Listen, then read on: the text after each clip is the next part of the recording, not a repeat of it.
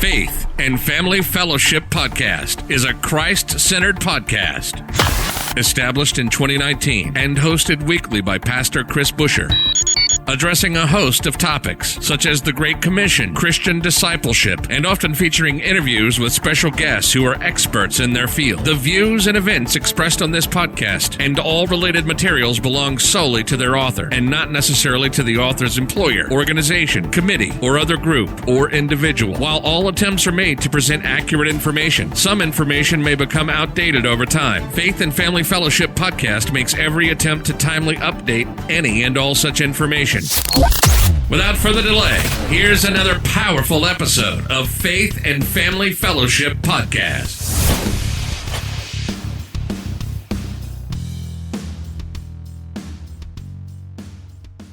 Hey guys, welcome back to another episode of Faith and Family Fellowship. Once again, my name is Dallas Monticue, the co-host. I really look forward to the conversation that we're going to have today with Justin Toppins. And so I'm glad you guys are here today. I hope this episode goes viral because what Justin has to share is incredible. And I think it's a message that we all need to hear and something that we all need to be reminded of and take away from. And so he wrote a book called The Outcast Daughter, What I Learned from Hope and Faith from Conversations with Sex Trafficking Survivors. And for over a year, Justin and his wife journeyed around to learn about the dark world of sex trafficking. They sat down with the victims, the survivors, the sex workers, and even the law enforcement to learn about this, to write this book. And what he shares today are just some of those stories and the testimonies that went into writing this book. And I get to ask him some questions along the way. And his story is just incredible. One of the things that Justin and I talked about was that we live in a sex-craved culture. You look at the music that's being released today, the TV shows, the movies, the billboards, everything is around sex. And we're in this culture today where that's sex sells, right? We hear that all the time, sex sells. And people are being exposed to this and exposed over the years, and we are led into objectifying women. And that's kind of what Justin and I were talking about. And that's one of the biggest problems with sex trafficking is the objectification of women. So as he goes in and as he starts talking to me about this book and about his stories that he had on the streets, one of the biggest things that stuck out to me was judging people based on what they look like, based on what they've been a part of. And I call it the sin of partiality, what James is talking about in chapter 2. And so I want to read that. For if a man wearing a gold ring and a fine clothing comes to your assembly, and a poor man in shabby clothing also comes in, and if you pay attention to the one who wears the fine clothing and say, hey, you sit here, you sit in the good place, while you say to the poor man, you stand over there, or sit down at my feet, have you not made distinctions among yourself and become judges with evil thoughts? Listen, my beloved brothers, has not God chosen what is poor in the world to be rich in faith and heirs of the kingdom, which he has promised to those who love him? And what I want to mention about what Justin talked about today and about this verse is that I think sometimes we can be guilty of partiality. I think we spend time around people who sin the same way that we do, if that makes sense. And so we have these pockets of sin in our life, and we pick people to be around us who have those same convictions, who have the same sin pockets, if that makes sense. And so when we do that, we don't give the people who need our attention the attention that they need. Whether we're intending to or not, we harm these people. Just like the prostitutes that he was talking to, he said that as he sat down and talked with these women and these people, that he felt like their friend. And I think that's awesome because that's exactly what Jesus did. Jesus ate with the sinners. Jesus was friends of the sinners. And I think that's exactly what we're supposed to do. We can represent Jesus. These are the people that God wants us to impact, to serve, to befriend. But they don't meet up to our standards. We cut them out of our life. We don't give them the attention. And I think that it's important that we remind ourselves we need to see these people, every single person that we meet, we need to see them through Christ's perspective. We need an internal perspective of this person's character, not by who they believe that they are, not by the way that they're acting, not what the world says about them, but who God says about them. That's the most important thing, is seeing them through the heavenly lens. That's it. That's what we're supposed to do. And God put these people around us for us to influence them, for us to impact them and to serve them. Partiality means to forsake the people who need us. They need us. So I just want to ask you guys today, I just want to kind of reflect this, hold up a mirror to you. How are you doing with this? This is a simple test, and it's something that he kind of convicted me about as well, is who am I giving my attention to, my time to? Who am I serving? Who am I spending my time with? And so that kind of opened me up a little bit, is to not judge people the way that they look, not to judge people the way that they sit, the way that they talk, just to love them through Christ's perspective. And so that was a great reminder. Thank you, Justin, for helping me out, giving me some encouragement with this, and I look forward to the podcast today. And if you guys have not subscribed, join the family of Faith and Family Fellowship Podcast. You're listening to the Faith and Family Fellowship Podcast. We'll be right back after this quick word from our sponsors. Whether you're a believer or not, undoubtedly you have questions. Do you want to know more about God, the material universe, Jesus, the Bible, Christian doctrine, morality? Nothing is off limits, and there are no questions too big or too small when it comes to God. Solving God promises to provide honest answers to the toughest questions without compromising the truth, all in an effort to help you solve God. Solving God on YouTube today.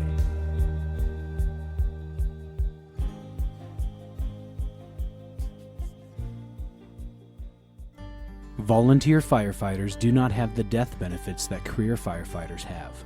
Fallen Heroes Foundation is a nonprofit organization created to support volunteer firefighters and their families as they recover from tragic loss. The foundation was created when one of their own experienced a time of crisis and the volunteers were there to help. The foundation helps meet the financial needs of an affected family as they get back on their feet. To partner with and support this foundation, visit fallenheroesfoundation.org today. Justin, how are you today? I'm great, Dallas. How are you? I'm pretty good too. I'm just trying to survive this coronavirus time, and things are getting back to normal in the States a little bit, but things here in Brazil are still pretty crazy, and I think we're going to enter into an official lockdown pretty soon. And so I'm just trying to get by. How about Nashville? Are you guys almost out of the quarantine time, or are you guys going back to normal now? It's slow. I think 89 of 95 counties in Tennessee are reopened with some restrictions.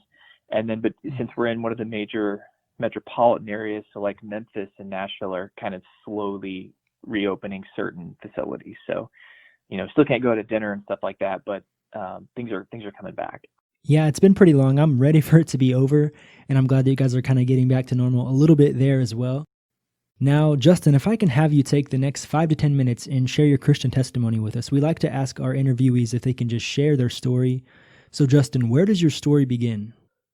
Sure, absolutely. So I grew up about 2.5 hours east of here in Knoxville, Tennessee, and grew up with parents who were both Sunday school teachers and father who was a deacon, and spent a good portion of my childhood and adolescence in church.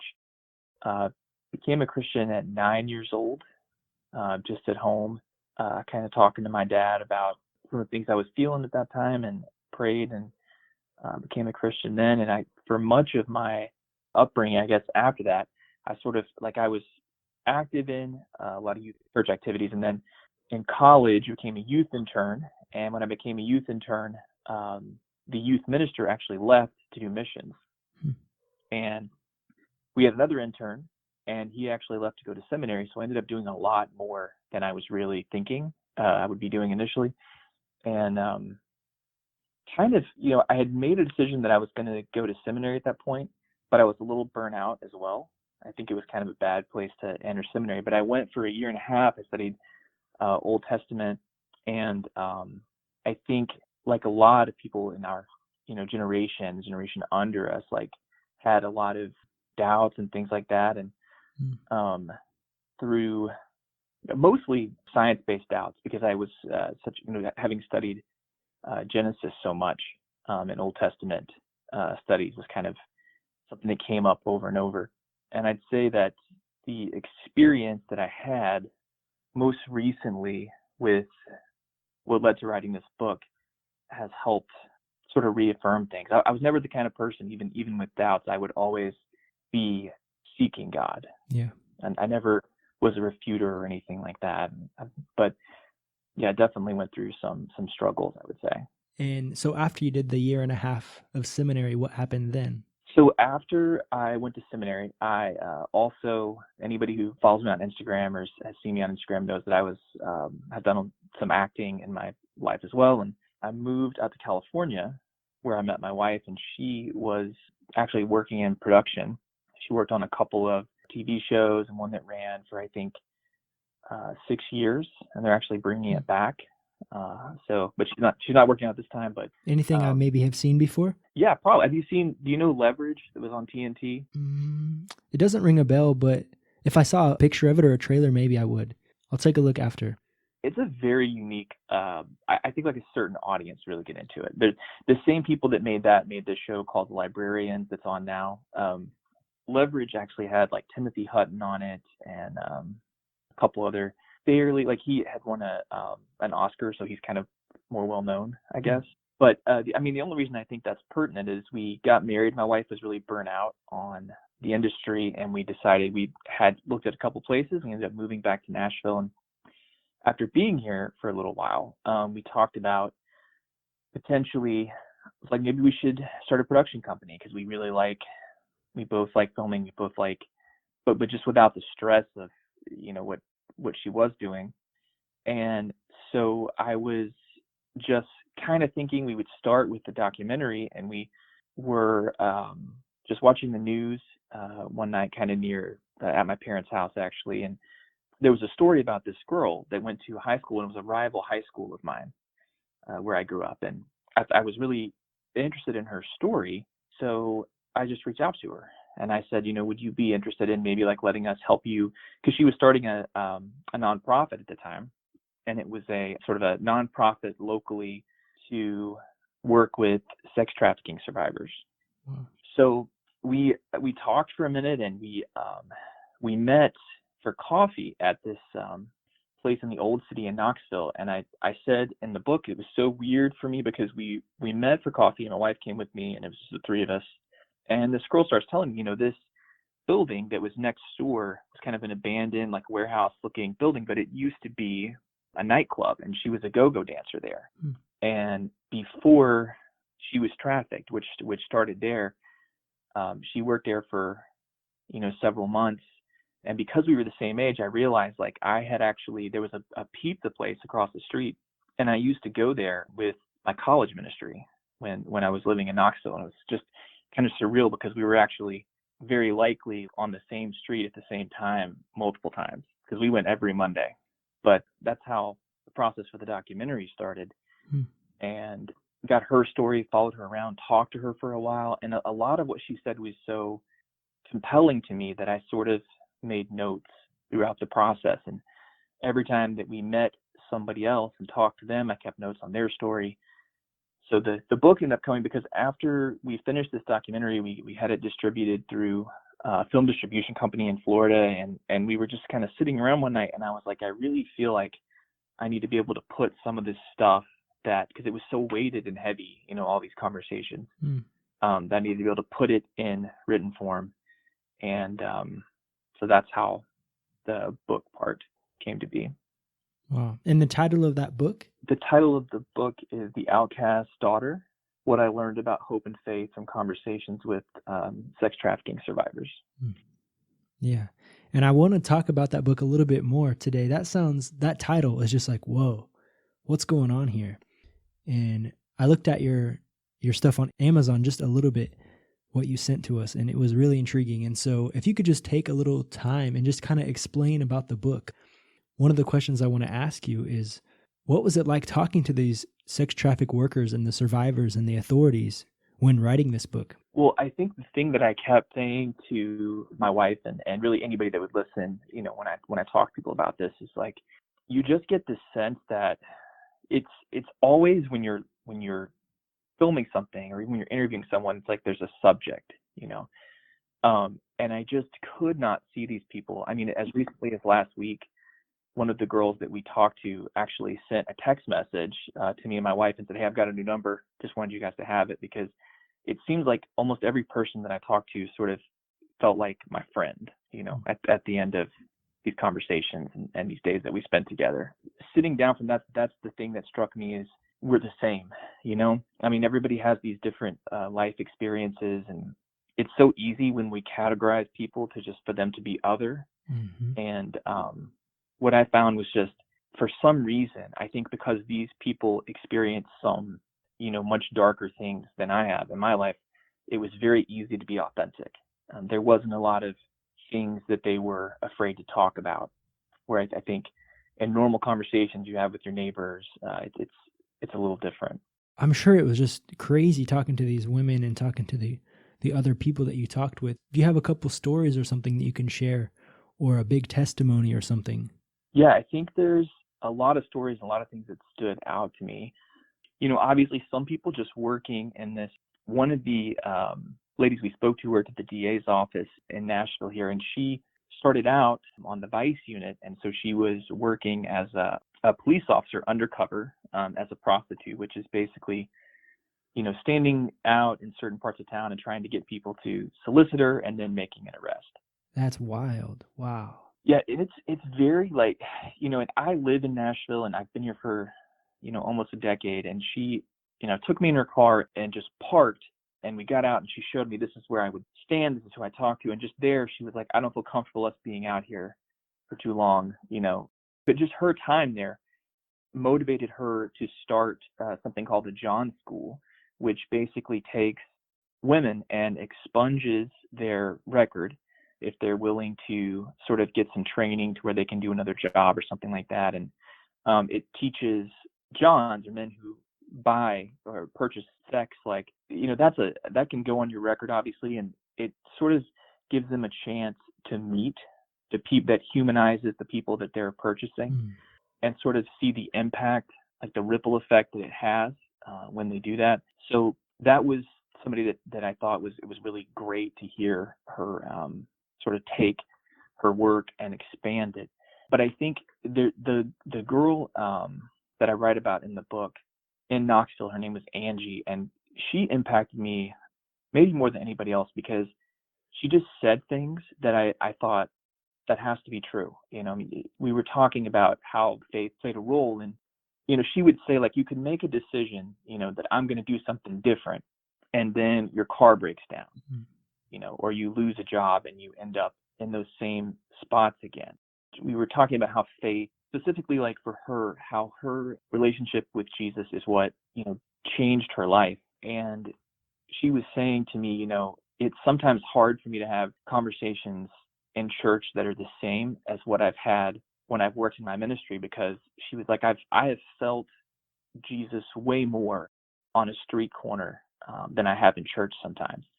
And I just thought about, the way that Jesus interacted with people in the New Testament and how real that probably is, So I definitely think she was one of the people that impacted me the most and gave me a little perspective in this project. And talking about perspective, what was God speaking to you during this time? What's the biggest thing that you took away from all of this? Well, I think from God, the main thing is this sort of ripple effect. I think it sort of pierced me to think about the idea of objectifying people. It happens, obviously it doesn't have to be women, but I think it's a big issue with men objectifying women. And it would be easy to sort of preach that message, because I feel like a lot of people do that, but when you're confronted with it, there's times where it's very convicting personally. You can see in your own life where you've done this in the past, and even areas where you continue to do it. And it's that for me was a big thing. And the other thing is just authenticity, because I think there's a lot of time wasted when we just try to say that everything's fine, everything's okay, blow off conversations when people ask how we're doing, particularly when it comes to faith, because I think right now there's so many conversations that would benefit from some authenticity. So those two things for me were probably the biggest takeaways. Mm-hmm. And after you met with these women and after you heard their stories, did you want to create an organization or something else? What did you want to do after that? So I did think about that.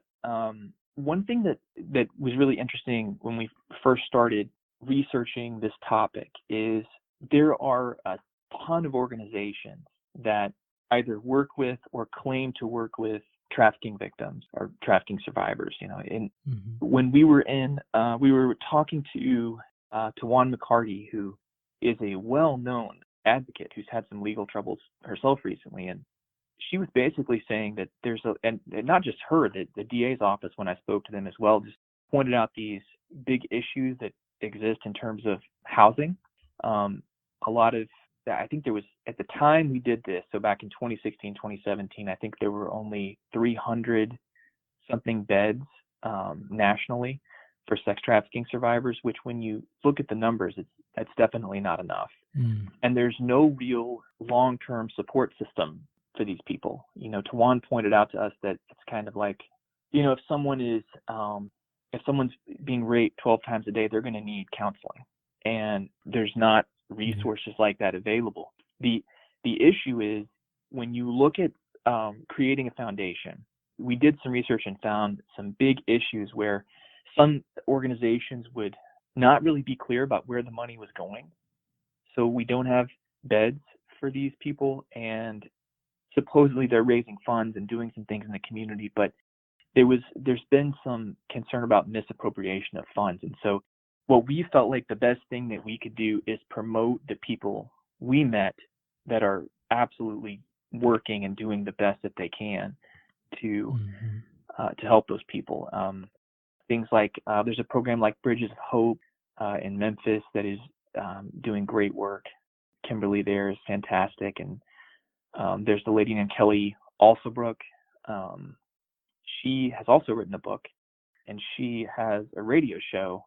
She's actually a survivor herself. She has a radio show where she hosts survivors, and they sort of they get their stories out there.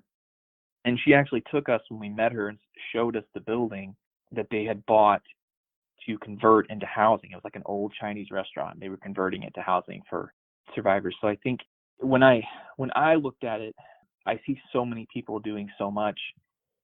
Angie actually said to me, like, maybe your part is just doing this project without funding. Like, maybe your part is just being a voice. And I think when I see the passion that a lot of these people have, I felt she might be right. So yeah. What else would you like to share with our listeners? Anything that you learned or took away that you just really need to share? Yeah, I would share, I think, two things. One, as just as people, we need to be aware that these things really do happen in large cities, but also in small towns all across the country. I named a few people that I would support, like the Well House in Birmingham. I would say anybody who hears this should, if you're ever in Houston, Texas, definitely check out the Museum of Modern Slavery. We went there. It's actually a museum that's in a former brothel. So it's a really cool place to see. Cool, but it is very educational. And they'll tell you right there, like when you leave, like, if you want to help, here's some ways that you can help. Here's some things you can do. And some of it is just, promoting the right things and looking for those places that you can reach out, whether it's just dropping off supplies. I mean, that's something that Angie I was talking about was doing. She would just find a brothel in her town, and there were plenty, and take cookies by there once a week.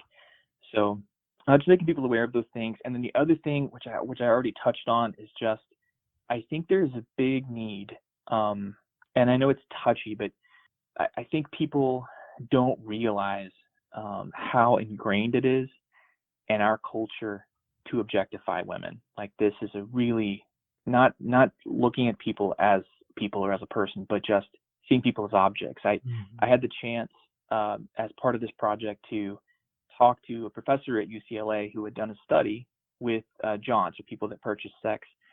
And I took away some of the quotes I actually put in the book, some of them where he described, like, he said, how do you feel after you do this? Like, do you have any shame, or does it bother you? And he's like, not really.